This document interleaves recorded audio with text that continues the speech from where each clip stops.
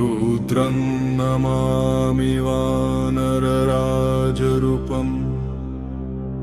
सीताशोकविनाशनकारणम् रामेण पूज्यं वरदं वरिष्ठम् वन्दे हनूमन्तमनन्तवीर्यम्।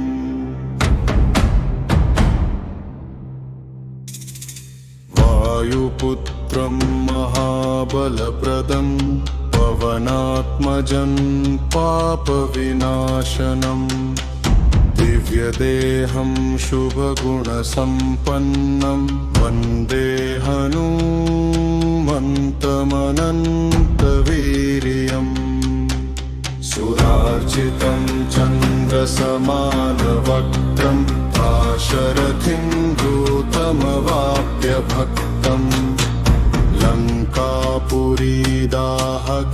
हिमकर्मा वन्दे हनूमन्तमनन्तवीर्यम्। सुग्रीवमित्रं करुणावतारं सीताकथाश्रवणलोलचित्तं रामाङ्घ्रिपङ्कजभक्तिपरायणं वन्दे हनूमन्तमनन्तवीर्यम्। अञ्जनीगर्भसम्भूतमाद्यं श्रीरामभक्तं शरणागतानां भक्तप्रदं भुक्तिमुक्तिप्रदं च वन्दे हनूमन्तमनन्तवीर्यम्।